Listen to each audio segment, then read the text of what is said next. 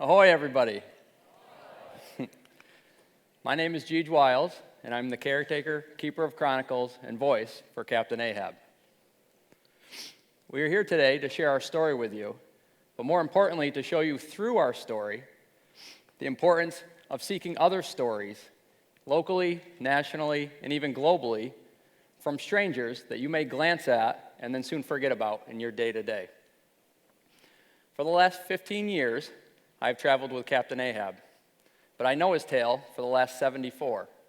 And that is because before I became his caretaker, he was in the possession of my grandfather. And on July 18th, 1943, my grandfather and his soon-to-be naval war comrades were drinking the night away because it might be their last night in the States. While they were doing this, they heard a story about other naval ships and their crews commandeering lawn ornaments and pulling a prank where they would make them stowaways on the ship. They'd write letters, plaster them with cargo stickers, and maybe take a few pictures if they could. And the whole idea was to make a scrapbook. And when their tour was over, and hopefully they were safely home in port, they would bring the lawn gnome and the scrapbook back to the lawn they found him on, knock on the door, hide in the bushes, and the once very sad parents would be very happy when they opened the book and figured out what had happened. Obviously, something went wrong when my grandfather and his naval comrades did this, and I can't figure out what it was, why they forgot where the lawn was. Either way, instead of forgetting about the task at hand, they evolved it. And every year on July 18th, they got back together at a farmhouse in the Catskills of New York. And as they got older, they got married, had kids, and those kids had kids. And out of the 34 of us, one of us was born in July and just happened to be born on the 18th. So for the first 10 years of my life, I thought this hootenanny was about me. But really, it was about him. And I found this out on the night of my 10th birthday because I stumbled upon a very high-stakes card game. The whole idea of this card game was to throw in about $1,000 and have a suitcase packed by the door.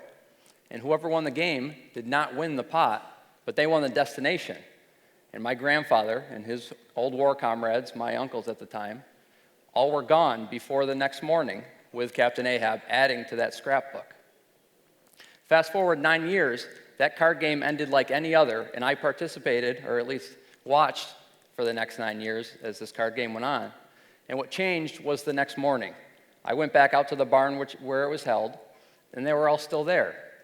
And before I could ask what was going on, my grandfather extended an envelope and told me, since Ahab and I share such a special date in our lives, it's only fitting we share in all the adventures to follow it. So to take the winnings from last night's card game, wake up my friends, put Ahab in the car, and to just start driving. So soon after that initial drive, we were back at university, and Ahab was my dorm room doorstop.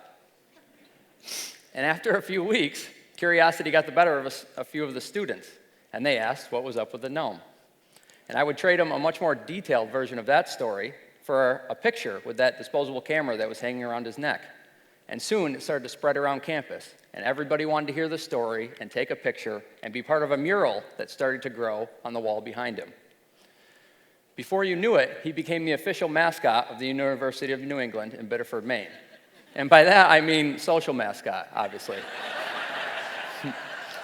And before you knew it, our senior year was here, and our living room was floor to ceiling, wall to wall, with all the people we had met and the adventures that we had taken.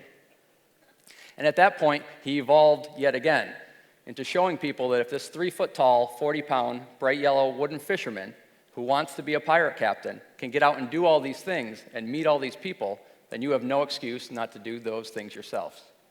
Some of the adventures over the last 15 years have been like seeing roadside attractions like the world's largest ball of twine, being locked up on Alcatraz. We've got invited to participate in the Red Bull Flute Tog.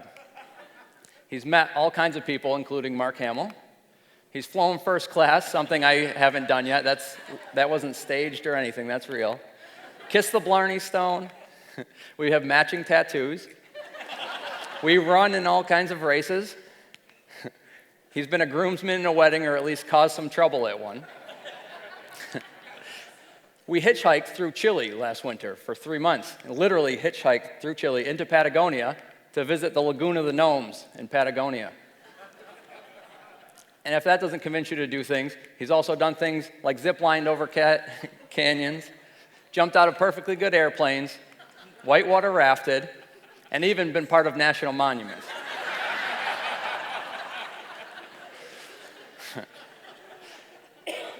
So, along the way, that rite of passage I took at 19 years old, the day after, I counted down the days for the next card game because I wanted to share all the adventures and stories I was having with these men, finally having something to say at that card table instead of listening to their hilarious banter.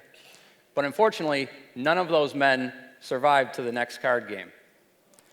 I know.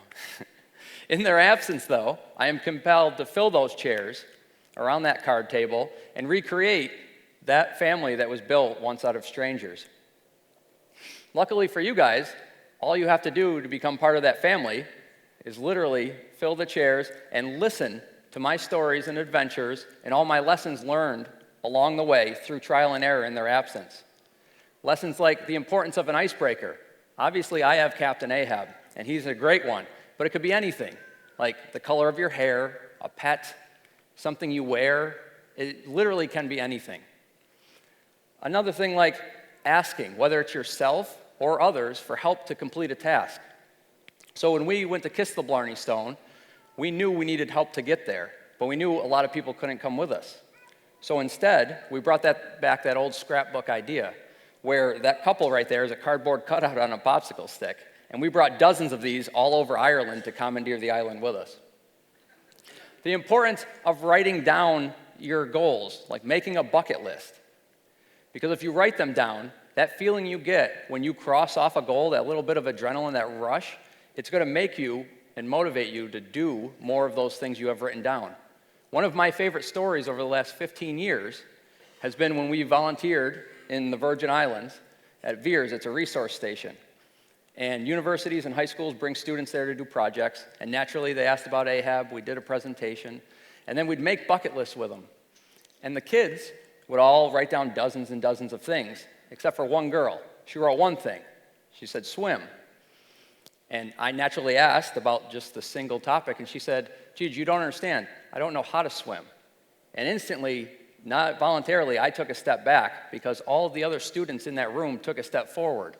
And when I saw them at breakfast the next morning, they were all red as lobsters, and they all had grins on their faces, and none were bigger than her own. And just the bravery of having it written down and sharing it with the group had her accomplish that within 24 hours. This is everywhere we have been in our nation in the last 15 years. And thinking about it, it all started with an excuse. And it's not an excuse not to do things. You know, like I don't have the time or the money or my boyfriend or girlfriend won't let me do that sort of things. It's the excuses to do things that get you out the door and completing these goals. And that's what I like to think my grandfather and his war buddies, my uncles, used Captain Ahab as. They traveled for 59 years annually together and did one more accomplishment of theirs as they went along. And I like to think they were Captain Ahab's excuse, because honestly, this is what his map would look like if they didn't commandeer him in the beginning. And honestly, he probably would have dry rotted or got thrown in a fire pit by now, right? But luckily, all the things that he's done, all the things that he's done just in our nation, never mind globally, I couldn't fit the map, have all been accomplished so far. And lastly, the importance of playing to your passions. My grandfather, up in the corner there, always wanted to take part in piracy, but he knew he missed the golden age of piracy by 300 years. So when he was drafted, he chose the Navy because he knew that was the closest he was going to get to being a pirate. So growing up, he brainwashed me into wanting to be a pirate also. And I have dozens of these pictures, but you're going to get one. And I went to school for marine biology because every marine biologist you meet secretly wants to be a pirate. I filled my summers with jobs like teaching sailing at summer camps or whitewater rafting, where it was socially acceptable to dress the way I did. But more importantly, the best way I get to be a modern-day pirate is through Ahab's Adventures, the company that we've created, where we show people how to commandeer their own lives. This whole time, there's been a family built out of strangers behind me, And some of them saw this story from start until their finish the whole time. And looking back, I wish my grandfather and his war buddies, my uncles, had looked forward and enjoyed taking pictures and taken some of Ahab and I on that special day that we shared together growing up. But they never did. So looking forward, I have been taking pictures of my nephews and nieces on their birthday, and hopefully they will be caretakers someday. And you can see the curiosity and comfort that Owen here has as he gets older. That being said, this family that I built through Ahab's adventures is a group of strangers. So anyone that wants to join it can and go on any adventure that we partake in. Whether the last 11 or 12 minutes has confused you more than made you curious, or made you more curious than confused you, all you have to remember from this is that when you're walking day to day and see those strangers on the street, especially locally, find that excuse about them and use it as an icebreaker, because that's what it takes to start a small conversation. That small conversation can turn into a deeper one, that stranger can become a friend, and those friends can go on as many adventures as you guys can think of together. Because when you think about it, it was a story from a stranger that started this whole journey. So why not let our story be the start of yours? Cheers.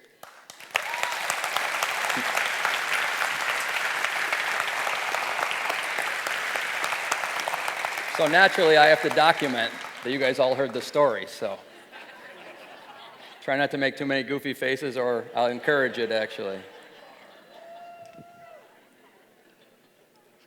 And guys, I showed you a couple dozen pictures. There are 7,000 on that website behind me. And whether you're going to the after party or not, come find us outside, or we'll see you tonight, and please share stories with us. Cheers.